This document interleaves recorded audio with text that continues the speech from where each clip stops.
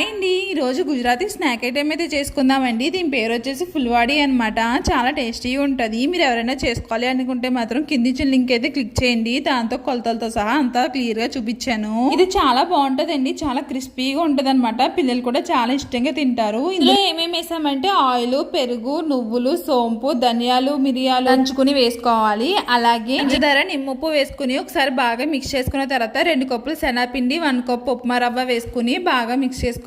తర్వాత కొంచెం కొంచెం వాటర్ వేసుకుంటా ఈ విధంగా ముద్దలా మిక్స్ చేసుకుని పక్కన పెట్టుకొని ఒక 30 మినిట్స్ అయితే ఉంచాలి. 30 మినిట్స్ తర్వాత ఒక బౌల్లో బేకింగ్ పౌడర్, కొంచెం వాటర్ వేసుకుని మిక్స్ చేసుకోవాలి. ఇప్పుడైతే ఇందులో వేసేసుకొని మొత్తం బాగా మిక్స్ చేసుకోవాలి. ఇది కొంచెం లూజ్గా ఉండాలన్నమాట.